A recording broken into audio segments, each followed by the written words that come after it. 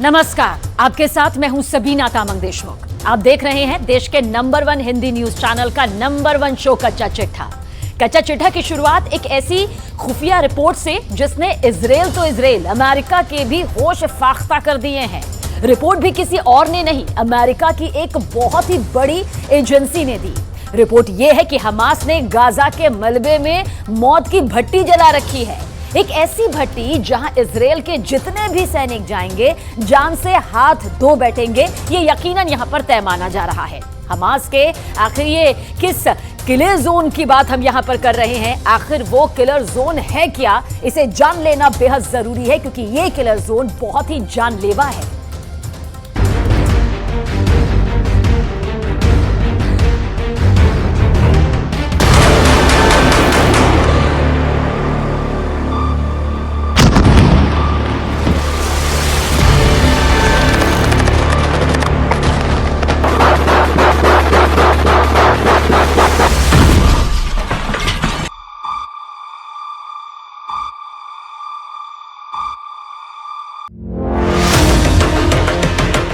Gaza में घुसे Israel के कमांडो किसके निशाने पर हैं? इनके एक एक मूवमेंट पर उनकी नजर है।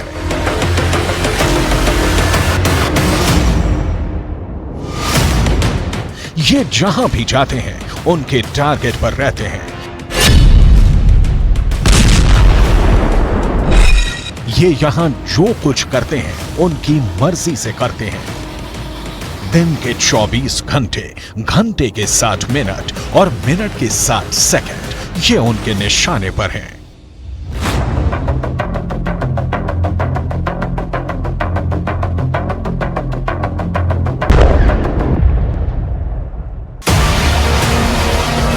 ऐसा सिर्फ ग्राउंड ऑपरेशन में शामिल सेना के साथ ही नहीं है, इनके टैंक भी टारगेट पर हैं।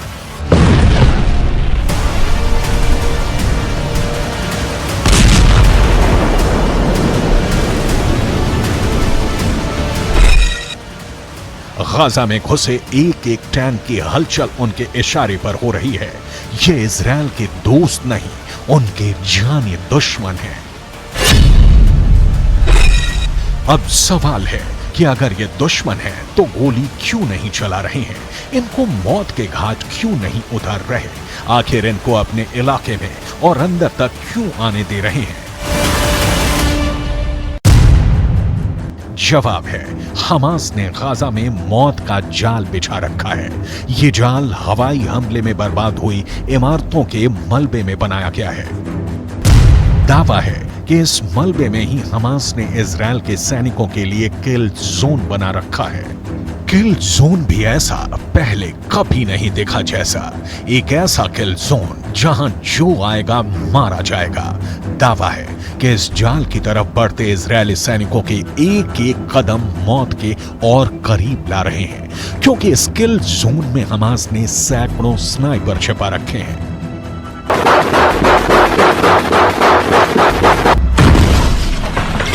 चौंक गए ना ये सुनकर? ये खुफिया रिपोर्ट ही चौंकाने वाली है। दावा है कि गाजा में ग्राउंड ऑपरेशन करने घुसी सेना के ये एक एक कदम मौत की तरफ बढ़ रहे हैं। हमास की एक खुफिया वॉर प्लान लीक हुई है। इस प्लान में इजराइल के सैनिकों को मौत के जाल में फंसाने वाली उनकी खौफनाक रणनीति का पता चलता है। इस रणनीति में सिर्फ इजराइल के सैनिकों के लिए ही मौत का जाल नहीं बिछाया गया है, इजराइल के टैंकों को तबाह करने का खुफिया इंतजाम किया गया है। खुफिया रिपोर्ट की माने तो हमास ने हवाई हमले के मलबे के नीचे विस्फोटक छुपा रखा है, जिसका इस्तेमाल हमास इजराइल की टैंकों को उड़ाने के लिए कर सकता है। जब भी टैंक मलबे के करीब से गुजरेंगे, मलबे में जमा बारूद में विस्फोट होगा और आसपास मौजूद सैनिक से लेकर टैंक तक सब कुछ जलकर खाक हो जाएगा। सवाल है, क्या यह सच में होने वाला है? अगर होने वाला है तो कब होने वाला है? कैसे होने वाला है? अमेरिकन एंटरप्राइज इंस्टीट्यूट के विश्लेषकों की माने तो इजरायल के हवाई हमले ही उनकी जान के दुश्मन बनने वाले हैं। इजरायल गाजा में जहां जहां भी बम गिरा रहा है वहां हमास मौत का कुआं खोद रहा है। इजरायल जिस भी इमारत को तबाह कर रहा है उसे हमास किल जोन में बदलता जा रहा है। एक ऐसा किल जोन जहां कदम रखते ही इजरायली सैनिकों को कोई भी नहीं बचा पाएगा। अमेरिकन एंटरप्राइज इंस्टीट्यूट की रिपोर्ट बताती है कि आईडीएफ के सैनिकों पर हमला करने से पहले हमास छुपने के लिए भूमिगत सुरंगों के साथ साथ मलबे के ढेर का इस्तेमाल कर सकता है। अमेरिकन एंटरप्राइज इंस्टीट्यूट के विशेषज्ञों ने चेतावनी दी है कि जमीन पर मौजूद इजरायली सैनिकों को हमास अपने किल जोन में खींच रहा है। अमेरिकन एंटरप्राइज इंस्टीट्यूट की रिपोर्ट बताती है कि आईडीएफ के सैनिकों पर हमला करने से पहले हमास छुपने के लिए भूमिगत सुरंगों के साथ साथ मलबे के ढेर का इस्तेमाल कर सकता है। अमेरिकन एंटरप्राइज इंस्टीट्यूट के विशेषज्ञों ने चेतावनी दी है कि जमीन पर मौजूद इजरायली सैनिकों को हमास अपने किल जोन में खींच रहा है। अमेरिकन एंटरप्राइज इंस्टीट्यूट के विश्लेषकों ने दावा किया है कि गाजा में बिखरा पड़ा इमारतों का मलबा हमास के स्नाइपरों के लिए एक अभेद कवर देने वाला है, जिसका इस्तेमाल कर हमास के स्नाइपर इजरायल के सैनिकों के लिए काल बन सकते हैं। अमेरिकन एंटरप्राइज इंस्टीट्यूट की रिपोर्ट की माने तो गाजा में बिखरा मलबा इजरायल की ग्राउंड ऑपरेशन वाले मिशन को कमजोर कर सकता है, क्योंकि हमास के स्नाइपरों के मलबे में छिपे होने के चलते इजरायली सैनिकों के लिए जमीन पर नेविगेट करना मुश्किल हो जाएगा और ये हमास के लिए फायदेमंद साबित होगा, क्योंकि हमास ने गाजा में एक नहीं सैकड़ों किल जोन बना रखे हैं, जिसकी झलक इस सैटेलाइट तस्वीर में दिख जाती है।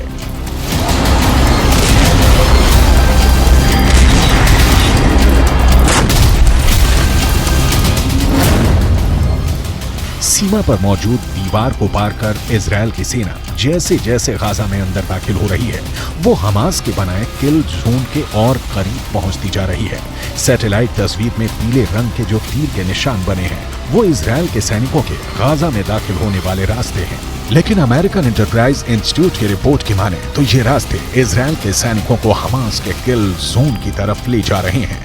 किल जोन नंबर 1, किल जोन नंबर 2, किल जोन नंबर 3, किल जोन नंबर 4, किल जोन नंबर 5, किल जोन नंबर 6, किल जोन नंबर 7, किल जोन नंबर 8, किल जोन नंबर 9, किल जोन नंबर 10, किल जोन नंबर 11, किल जोन नंबर 12, किल जोन नंबर 13, किल जोन नंबर 14, किल जोन नंबर 15।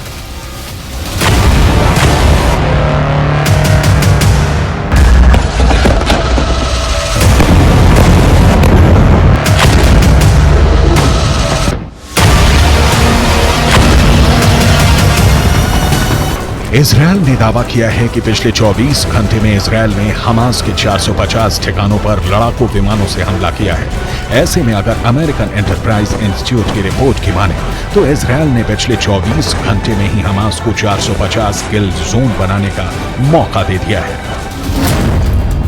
गाजा के नक्शे में आप देखेंगे उत्तरी इलाका जहां इस वक्त इजरायल की सेना मौजूद है।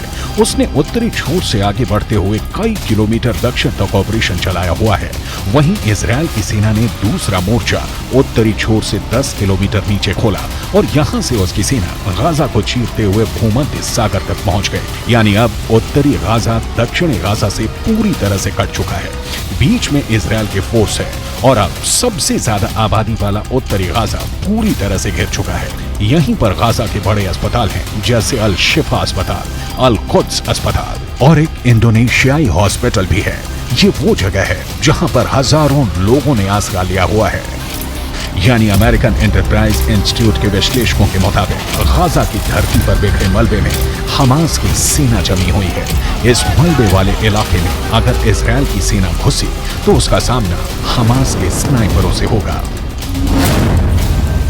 इजरायल की सेना अपने मरकावा टैंक के साथ गाजा में दाखिल हो रही है। इजरायल का मरकावा दुनिया के सबसे सीक्रेट टैंक के रूप में पहचाना जाता है।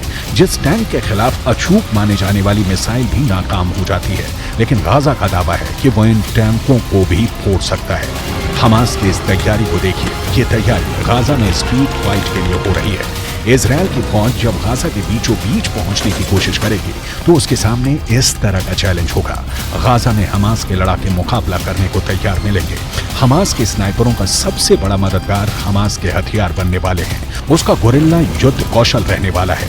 इजरायल की सेना के लिए सबसे खतरनाक फ्रंट गाजा की संकरी गलियां बनने वाली हैं, क्योंकि वो लड़ाई गाजा के मोहल्लों में होगी, गाजा के चौक पर होगी। कमरों से गोलियां दागी जाएंगी, सड़कों पर बख्तरबंद गाड़ियां मोर्चा संभाल लेंगी, एंटी टैंक मिसाइलों से बारूद बरसाएंगी, हैवी मशीन गन दनादन चलेंगी।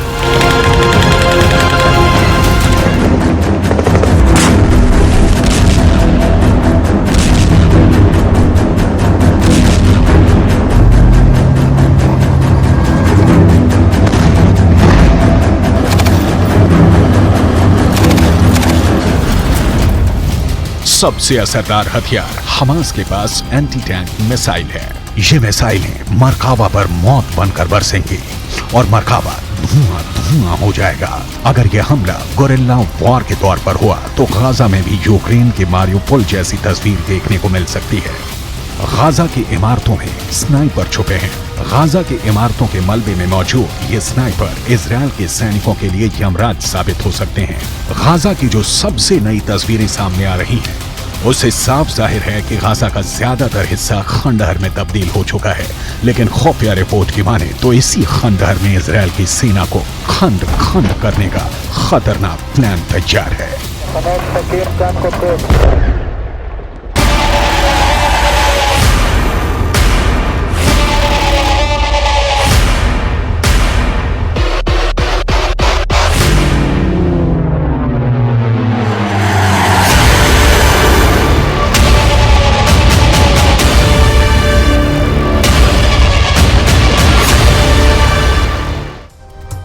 हमास के किलर गाजा में चप्पे चप्पे पर फैल गए और अब हिजबुल्लाह को लेकर जो रिपोर्ट सामने आई है उसे नेतन्याहू को बेहद परेशान कर दिया। उत्तर कोरिया और हिजबुल्लाह के बीच पक्की दोस्ती देखकर नेतन्याहू के साथ बाइडेन को भी लग रहा है कि इस युद्ध में परमाणु बम की एंट्री हो सकती है।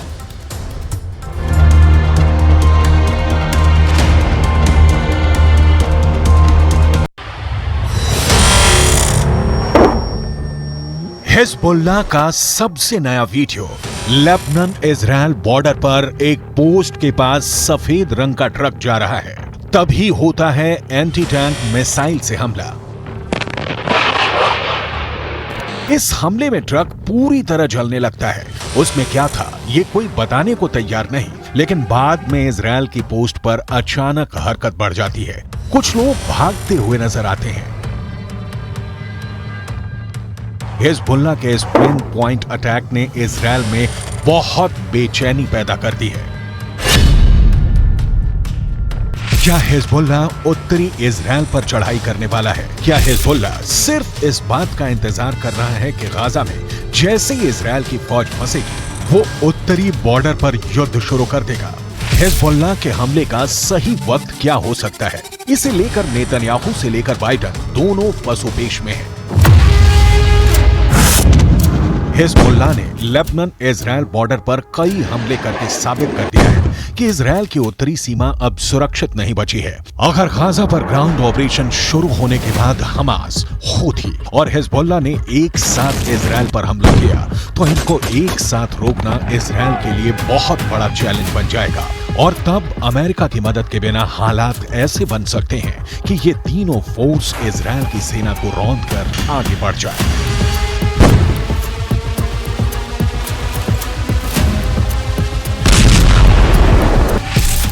गाजा में हमास के लड़ाकों की तादाद 40 से 50 हजार के करीब है।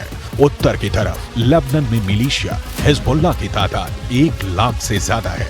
इनके सामने इजरायल में एक्टिव और रिजर्व फोर्स मिलाकर 6 लाख से ज्यादा सैनिक हैं। ये आंकड़े बताते हैं कि इजरायल के पास 4 गुना ताकत है।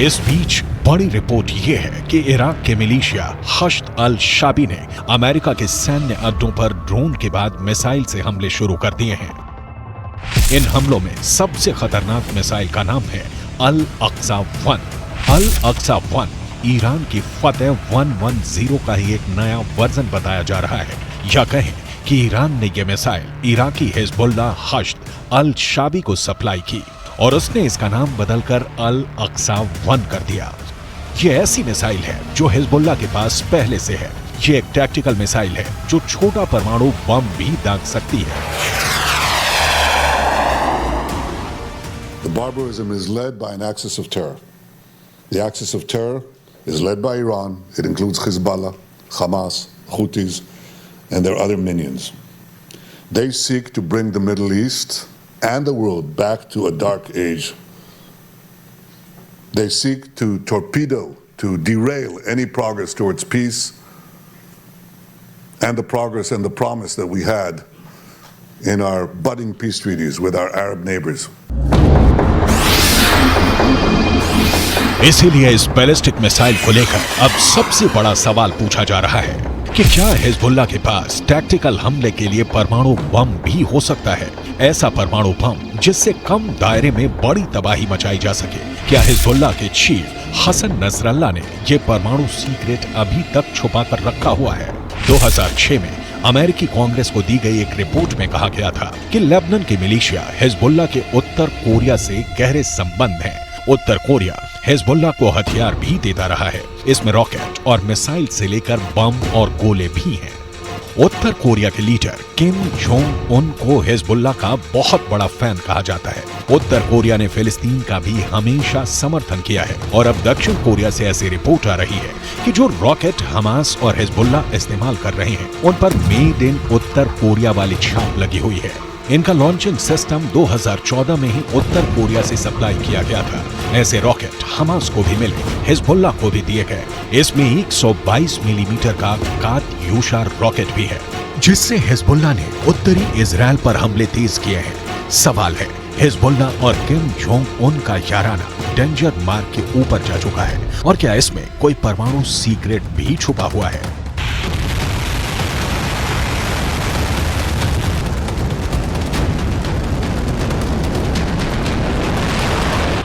फिलहाल इजराइल पर एंटी टैंक हमलों ने हिजबुल्लाह के इरादों को खतरनाक रूप दे दिया है। इजराइल हिजबुल्लाह के हथियारों को लेकर डरा हुआ है क्योंकि उसने अब तक जो एक्शन दिखाया है उसमें इजराइल की कई बड़ी पोस्ट के चीथड़े उड़ चुके हैं। हिजबुल्लाह ने 3 तरह की एंटी टैंक गाइडेड मिसाइलें इस्तेमाल की। ये है कॉर्नेट, इसकी रेंज 5 किलोमीटर तक है। ये रूस की मिसाइल है, लेकिन अब ईरान इसका देसी वर्जन देहलाविया तैयार कर चुका है और ऐसी बहुत सी मिसाइल अब हिजबुल्लाह के पास हैं। दूसरी है BGM-71-2 anti tank guided missile, range है 3.5 किलोमीटर। ये अमेरिका में बनी मिसाइल है, लेकिन अब इसकी नकल ईरान तैयार कर रहा है और उसने हिजबुल्लाह को सप्लाई की है। तीसरी है 85 कॉन्कोर्स, रेंज 4 किलोमीटर। ये भी रूस ने बनाई है और अब ईरान में ये दोसान नाम से तैयार की जाती है।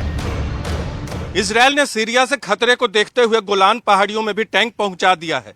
ये हिस्सा पहले सीरिया का हिस्सा था, लेकिन 1967 के युद्ध में सीरिया से इजराइल ने इस हिस्से को अपने कब्जे में ले लिया। लेबनान, सीरिया और इजराइल के ट्राई जंक्शन वाले इलाके में हिजबुल्लाह का पूरा कंट्रोल है। इजराइल पर वार करने के लिए उसको जो मिसाइल मिली है वो उसे ईरान से सप्लाई की जाती रही है और ऐसी मिसाइलों का हिजबुल्लाह के पास बहुत बड़ा जखीरा है। तीनों मिसाइल बहुत ही घातक है, लेकिन अब एक बड़ी मिसाइल का नाम सामने आ रहा है, वो है फतेह 110। इस मिसाइल से नेतन्याहू को डर लग रहा है, तो उसकी बहुत बड़ी वजह है ईरान की ये मिसाइल 300 किलोमीटर तक हमला कर सकती है और ये अपने टारगेट के 3 मीटर के दायरे में गिरती है। एक बैलिस्टिक मिसाइल का इतना सटीक होना बहुत बड़ी बात है और यही बात इजराइल को परेशान कर रही है। फतेह 110 की 2 और खास बातें हैं जिसकी वजह से इसे रोकने में इजराइल को बहुत मुश्किल आ सकती है। ये सॉलिड फ्यूल वाली मिसाइल है, ये कम वक्त में लॉन्च के लिए तैयार की जा सकती है और ये रोड मोबाइल है, यानी इसे कहीं से भी लॉन्च किया जा सकता है और फिर अपना ठिकाना बदलना बहुत आसान है।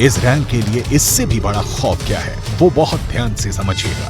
बाइडेन से लेकर नेतन्याहू को भी पता है कि फतेह 110 मिसाइल को रोकना बहुत मुश्किल है, क्योंकि अमेरिका भी इस मिसाइल को रोकने में पूरी तरह फेल रहा है। अमेरिका को हमले की जानकारी तो मिल गई थी, इसीलिए उसके सैनिक आसपास अंडरग्राउंड हो गए थे। तब ईरान ने फतेह मिसाइल का ही एक पुराना वर्जन इस्तेमाल किया था और अमेरिका के एयर डिफेंस सिस्टम इस मिसाइल को रोकने में नाकाम रहे थे। ईरान ने ऐसी करीब 20 मिसाइलें दागी थी। ये जहां गिरी वहां ऐसे ऐसे गड्ढे बने और 100 से ज्यादा अमेरिकी सैनिकों को धमाकों से गहरा सदमा पहुंचा था।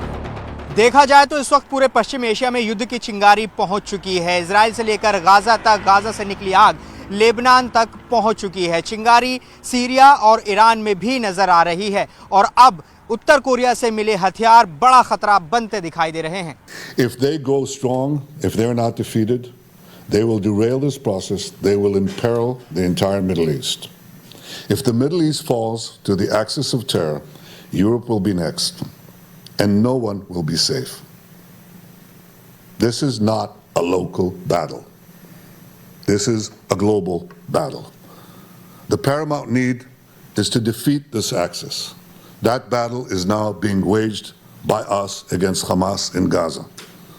There is no substitute for victory.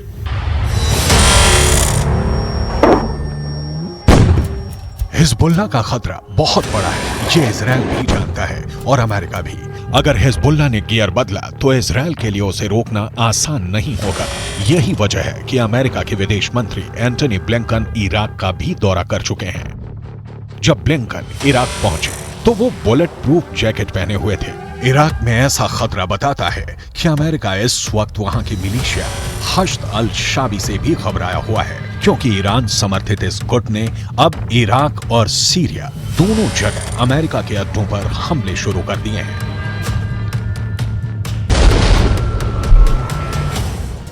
जब हिजबुल्लाह और हमास का डबल खतरा खड़ा हो गया है तो बाइडेन ने एक बहुत ही खतरनाक बम इजराइल भेजने का फैसला कर लिया।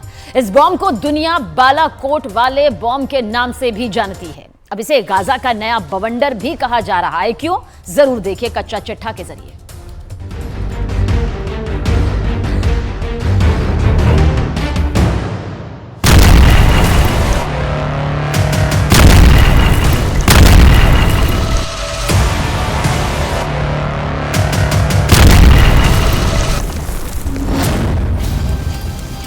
हमास का सफाया करने के लिए इजराइल अब वही बम इस्तेमाल करेगा जो भारत ने पाकिस्तान के खिलाफ बालाकोट में किया था। ये ऐसा बम है जिसे जहां ऑर्डर मिलता है तो बस वहीं गिरता है। ये दुश्मन को चुन चुन कर मारता है और अब इजराइल इसी बम से हमास को खत्म करना चाहता है। स्पाइस बम एक तरह की किट होती है जो बम को एक ग्लाइड करने में मदद करती है और फिर सैटेलाइट की मदद से ये उसी ठिकाने पर गिरता है जहां इसे टारगेट मिलता है। ये इजराइल की बनाई गई टेक्नोलॉजी है जिसका उत्पादन अब अमेरिका में हो रहा है। यही वजह है कि अमेरिका ने अब 2,500 करोड़ रुपए का हथियार पैकेज इजराइल को डिलीवर करने का फैसला किया है। स्पाइस टेक्नोलॉजी से बम को रफ्तार मिलती है, बम को रेंज मिलती है, बम की तबाही सटीक जगह पर होती है। इस बम को 60 से 70 किलोमीटर दूर से लॉन्च किया जाता है। यह बम इजराइल की हथियार तकनीक की पहचान माना जाता है और अमेरिका में उत्पादन करने के बाद यह हथियार वापस इजराइल को मिलने जा रहा है। स्पाइस तकनीक के 4 वेरिएंट हैं। पहला स्पाइस 1000, दूसरा स्पाइस 2000, यही बम भारत ने इजराइल से खरीदा था। तीसरा स्पाइस 250, चौथा और सबसे नया वेरिएंट है स्पाइस 250ER यानी एक्सटेंडेड रेंज यानी ज्यादा रेंज। गाजा पर बमबारी के लिए इजराइल को अमेरिका से जो पैकेज मिल रहा है उसके कई मायने हैं। एक ये भी बात है कि क्या इजराइल के बम कम पड़ने लगे हैं? क्या 25,000 टन से गाजा को समतल करने के बाद इजराइल के बम का गोदाम खाली हो चुका है? इस वक्त गाजा पर बमबारी जारी रखने के लिए अमेरिका इजराइल की लाइफलाइन बनकर आया है। उसके 2 समुद्री बेड़े इजराइल के आसपास ही तैनात हैं ताकि युद्ध का दायरा अगर बढ़ता है तो इजराइल को कवर फायर दिया जा सके। ये दोनों समुद्री बेड़े परमाणु बम से लैस हैं, इसलिए डर ये भी सता रहा है कि अगर हमास का खात्मा नहीं हुआ और इजराइल के दुश्मनों ने उस पर चौतरफा हमला किया तो क्या परमाणु बम एक्टिव हो सकता है? इजराइल के दोस्त अमेरिका ने समंदर में अपनी घातक परमाणु पनडुब्बी ओहायो भी तैनात कर दी है, जिसके टारगेट पर साफ तौर पर ईरान है। मतलब हमास और ईरान के खिलाफ अमेरिका ने अपना परमाणु प्लान एक्टिवेट कर दिया है। परमाणु हमले की आशंका इसलिए भी जताई गई क्योंकि इजराइल के एक मंत्री गाजा पर एटम बम गिराने की हुंकार भर चुके हैं।